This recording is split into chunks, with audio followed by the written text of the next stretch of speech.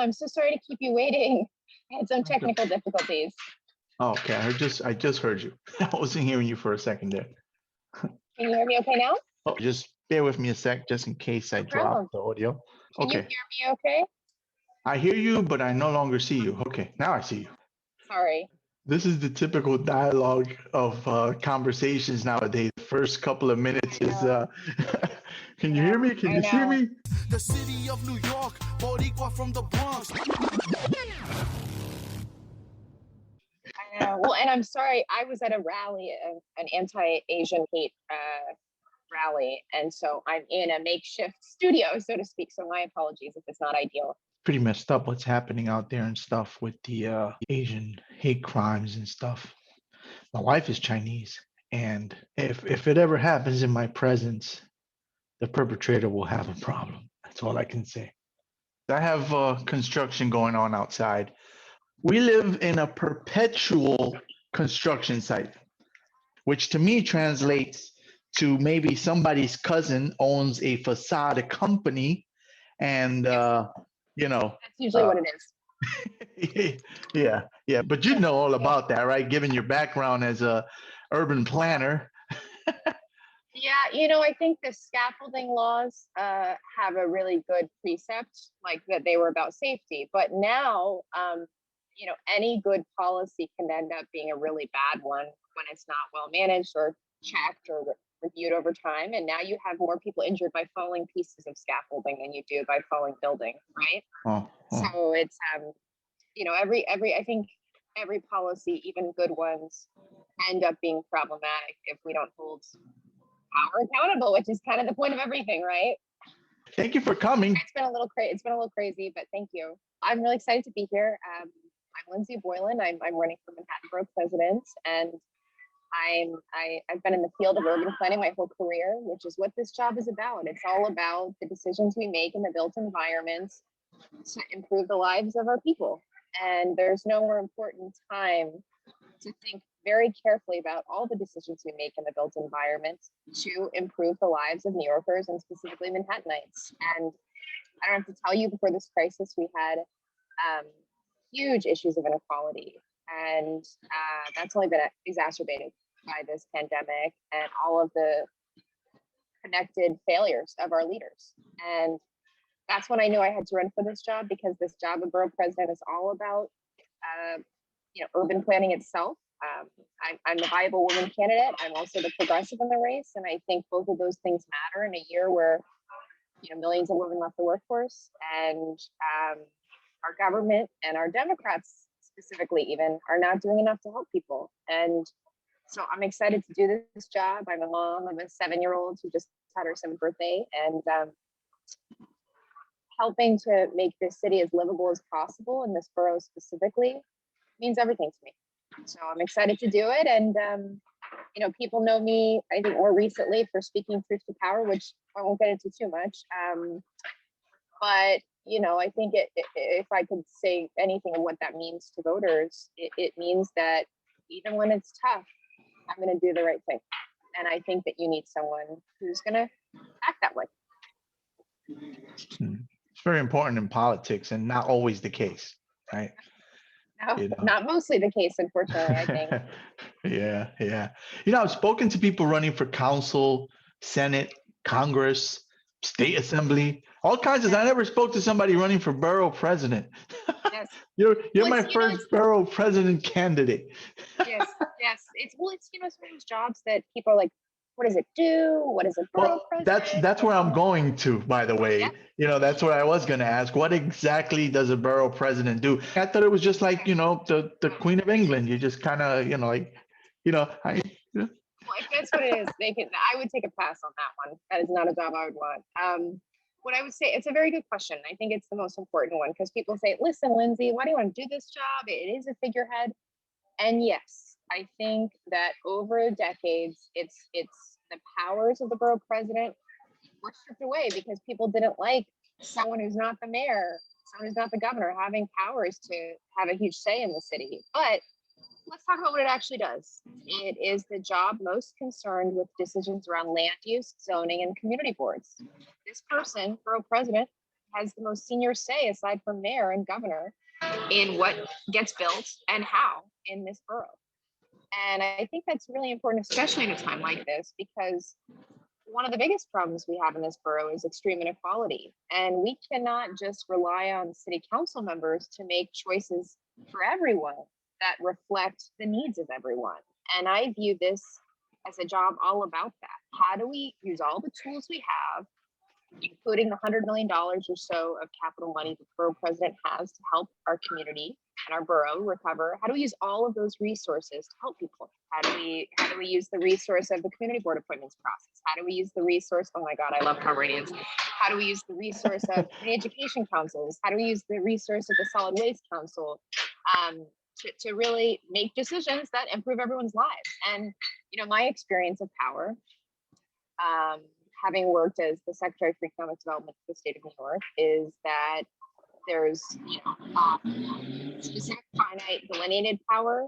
You have the right to appoint community board people. You have the right to spend $100 million on capital projects that help the borough. Those are all rights that I'll have, but a lot of it's about soft power. How do you bring people together across agencies to make better outcomes for people? And for example, in Lower Manhattan, where I just was at a rally, I think our community has really suffered, particularly on the Lower East Side, parts of Chinatown, from not having leaders who said, how do we bring NYCHA together? How do we bring DOT together? How do we bring Department of Buildings together? How do we bring all of these different agencies so that people don't have to fight their own battles alone? Our communities and our residents should have someone whose job it is to fight their battles with them and navigate that process. Regardless of what agency we have to hold accountable, regardless of what elected we have to hold accountable, regardless of whether or not you're taking a fight with a city council member on. I'm going to do all those things. And I think that's a tremendous piece of the soft power aspect to this that you get when you have someone who knows how to navigate these situations, who knows how to push for better outcomes, and who's going to use their platform for people. And so there's all these finite things, most significant review in land use and zoning, which will matter in this post-pandemic world, the appointments to community boards, community education councils, and in essence, the city's school board. But a lot of it has to do with connecting the dots with agencies, using the soapbox to advocate for what our community needs. And I think what our community needs is greater climate justice, meaning that we built a city basically for the benefit of white people, and every decision thereafter in urban planning has largely reflected that. How do we resource and respond to the climate crisis in a way that advantages and benefits low-income communities, communities of color, communities more broadly dispersed, our disability community? How do we center the people who have been closest to the pain in resourcing? And that's why I went into urban planning. That's what's so exciting about all of it to me. And I really love Pomeranians. I had one growing up named Hashmark. My dad served in Desert Storm, and he was away my kindergarten year. He's Marine, and he brought back a Pomeranian that had just been left on the base, and Wow. had it, and it was named Hashmark, like the hash marks for Marines and service members. So I had my first pet was a dog named Hashmark. It came from the Middle East, in this case, he was stationed for a good period of time in Japan. So this was actually in Japan. Came from Japan. She came from South Korea. She's a rescue from South Korea. She's really cute. Oh, She's thank Palm, you. right? I assume. I mean, unless. Yeah. Oh yeah, this is a Palm. I had to go grab her because she was starting to bark like she wants attention. So it's like, okay. Yeah. Wow. So it sounds like you have a pretty good vision and plan in terms of what you want to do. When you show up and you say, okay, I know who runs NYCHA in New York City, don't you think you're going to make a resiliency plan for Baruch houses that doesn't involve DOT, that doesn't involve the community? Like all of these decisions, particularly around investment, that are going to affect a lot of people for a long period of time, should not be made in isolation. You've got a bunch of, and it's still mostly dudes, bumping each other in the head and just moving on in decisions of power and in offices of power. And I think we need someone who knows how to work with all and who has. I mean, I oversaw the Office of Storm Recovery, so that's continuing to administer post-Sandy funds for the state. I oversaw the state's recovery, and maybe I'm most proud of this. I oversaw the state's recovery work in Puerto Rico after Hurricane Maria. So bringing together all the different agency heads, bringing together all the resources to help Puerto Ricans recover. We should apply the same things right here in Manhattan. Don't assume that it's not your job just because it's not in your title to bring people together and to marshal resources to actually help people. Right. And especially if you know the people and you have the connections. And Yeah. I mean, it would be almost criminal to not utilize them to, help people and stuff,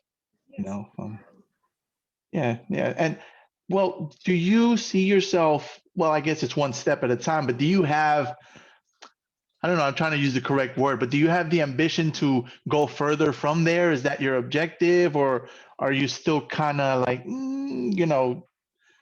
I think the younger version of me, like in high school, who fell in love with government, who cut class to go to congressional hearings, super nerd, would have said like, oh, I want to go all the way. You probably observe, and people who watch or listen to this will observe that I'm in the middle of kind of a big thing going on with respect to government and women in government. And I think variably changed me. I'm still myself, but I want to do this job and then see, and I want to do it to the best of my abilities, and then see if I want to stay doing this field, because everything that I do, we're on this earth for such a limited period of time. I want it to reinforce what I feel is really important, which is responding to people's pain and centering that pain in resource decision and allocation. And so if I do this job the best I could, which I will, who knows if I'll be welcome, by other politicians. I got to do this job like this is my last job. So, right. Especially now, given being in the center of the spotlight, I say find myself oddly at this moment. I'm just focused on that. Yeah.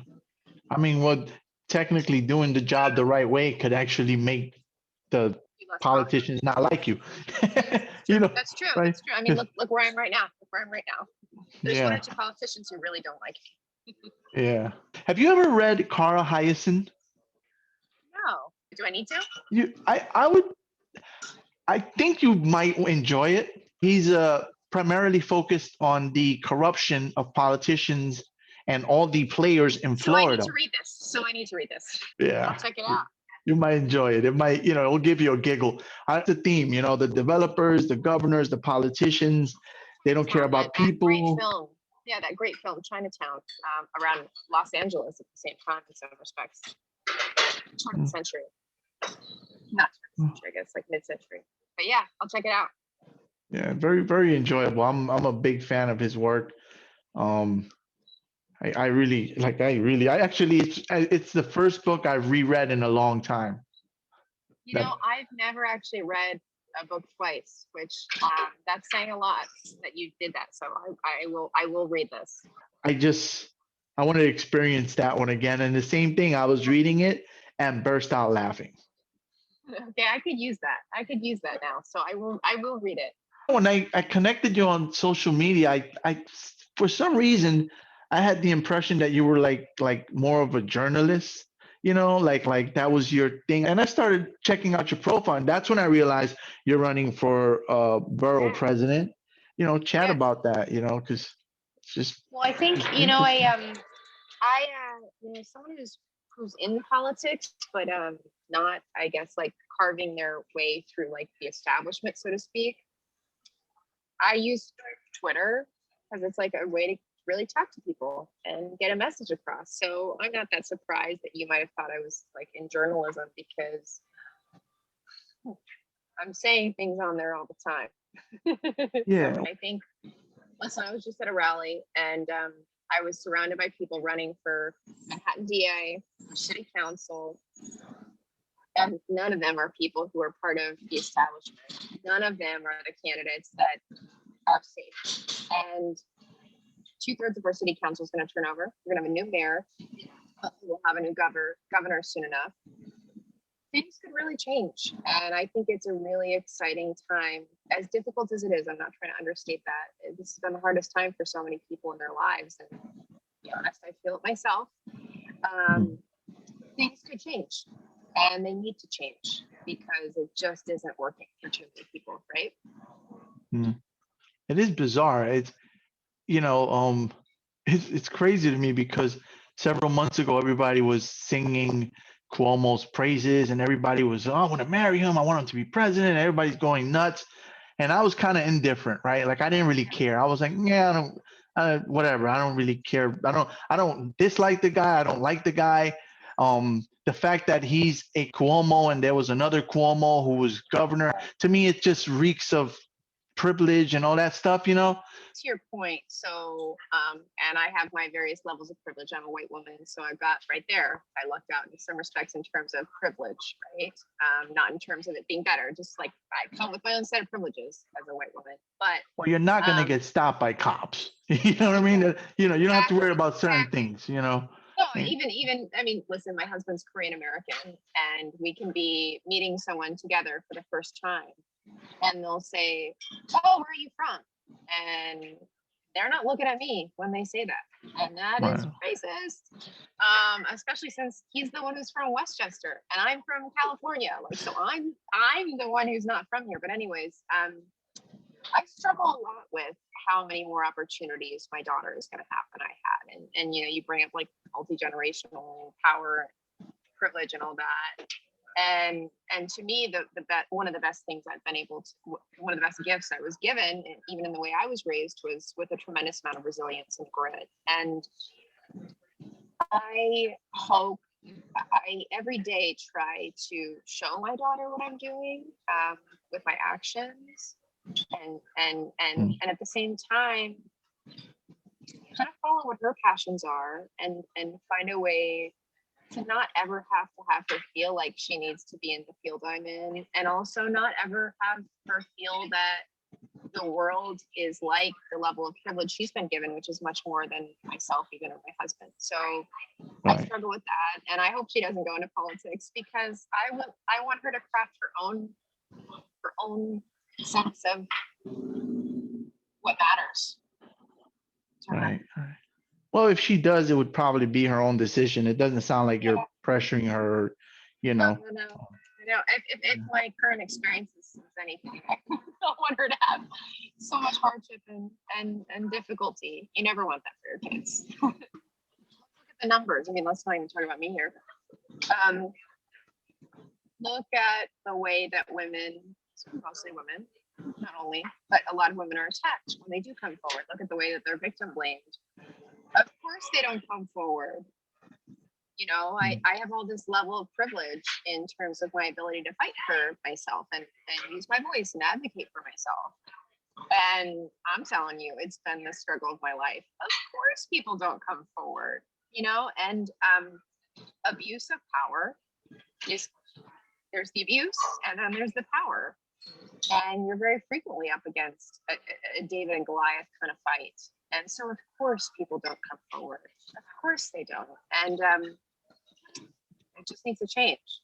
At some level, I do my own Twitter. I do have someone who helps highlight issues and things. Stephanie, she's amazing. But I'm there on Twitter. I see it. So people can interact with me that way at Lindsey Boylan. Lindsey with an E, Boylan, Boylan. And I'm on Instagram, Lindsey Boylan NY, and I need the help to get elected. The primary is on June 22nd, and it's really important that I get elected because I'm the only urban player in the race. I'm very much focused on issues of restorative justice, climate justice, housing inequality, things that would really markedly change for whom our city works, and that needs to happen, particularly after this crisis. So let's do this again, Angel, and I want to keep talking, and I need to get elected, so I need everyone's help. Cool. I hope I meet you in person soon, and I can meet your pom. I love your cute little Pomeranian. Well, let's do this again soon, okay? Yeah, it's been a pleasure. All right. Yeah, Good luck to so you. much. Okay, I'll talk to you. Thank you. All right, take care. You are listening to the NYC Talking podcast. www.nyctalking.com. Please like NYC Talking on Facebook. Please follow Angel R Talk on Twitter and Instagram. We are NYC Talking, the realest lifestyle blog ever.